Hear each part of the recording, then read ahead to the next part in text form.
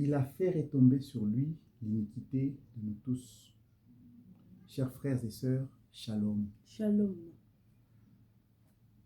Aujourd'hui, nous plongeons au cœur de l'Évangile, dans le mystère sacré du sacrifice de Jésus. Le thème qui nous rassemble est puissant et profondément émouvant. Il a fait retomber sur lui l'iniquité de nous tous. Préparez vos cœurs à être touchés par la grâce infinie de Dieu, car nous allons explorer ensemble la profondeur de cet acte d'amour ultime. Amen. Imaginez un instant le poids accablant de l'iniquité de l'humanité.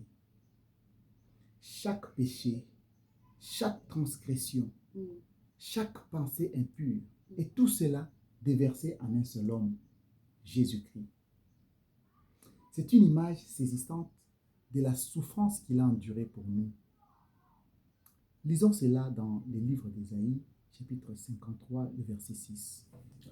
La Bible nous dit dans le livre d'Ésaïe, chapitre 53, le verset 6, « Nous étions tous errants comme des brebis, chacun suivait sa propre voie, et l'Éternel a fait retomber sur lui l'iniquité de nous tous. » Cette prophétie, écrite des siècles avant la venue de Jésus, témoigne de la planification divine du salut.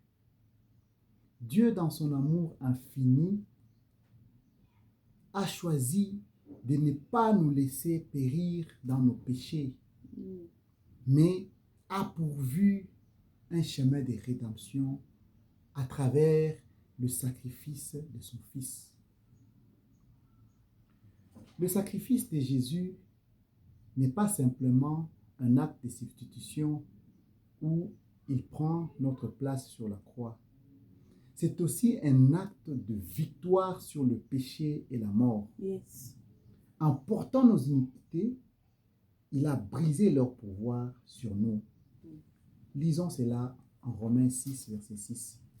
La Bible nous dit dans le livre de Romains, chapitre 6, le verset 6, « Sachant que notre vieil homme a été crucifié avec lui, afin que le corps du péché fût détruit pour que nous ne soyons plus esclaves du péché. » Ainsi, par sa mort et sa résurrection, Jésus nous offre la liberté du péché et la promesse de la vie éternelle.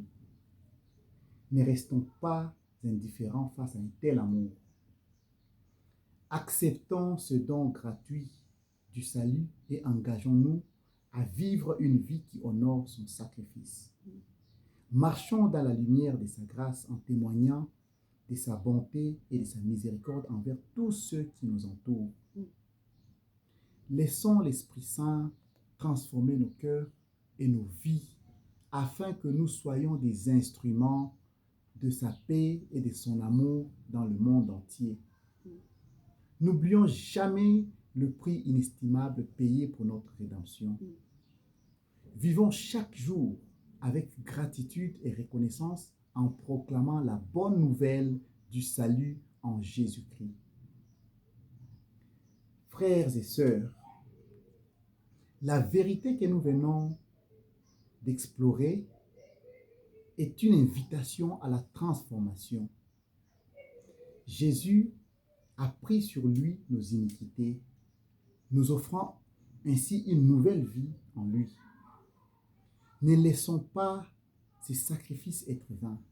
Acceptons son amour, suivons ses pas et devenons des témoins de sa grâce. Que le Saint-Esprit vous guide et vous fortifie dans cette marche de foi. Amen. Amen. Et pour enrichir cette exhortation, vous pouvez lire dans le livre d'Ésaïe, chapitre 53, le verset 6, Romains, chapitre 6, le verset 6, 2 Corinthiens, chapitre 5, le verset 21, 1 Pierre, chapitre 2, le verset 24, et Jean, chapitre 1, le verset 29. La leçon spirituelle centrale est que Jésus-Christ a volontairement pris sur lui l'iniquité de l'humanité, offrant ainsi le salut et la rédemption à ceux qui croient en lui. Cette action démontre l'amour infini de Dieu et nous appelle à manifester notre gratitude. Proclamons la bonne nouvelle du salut dans le monde entier et dans notre environnement.